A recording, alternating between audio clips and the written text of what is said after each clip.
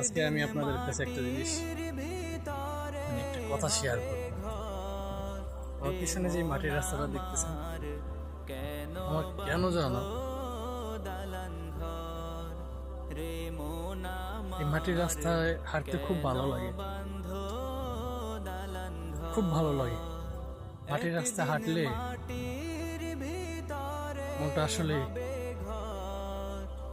মানে একটা শান্তি লাগে একা একা হাঁটতে। যখন আপনি একা থাকবেন না, তখন আপনার কাছে একা থাকলে না মানুষ তার নিজেকে চিনতে পারে, নিজেকে বুঝতে পারে। মানুষের উচিত নিজেকে চেনা, নিজেকে বোঝা, নিজেকে সময় দেওয়া। আমরা তো মানুষের পিছনে সময় দিতে দিতে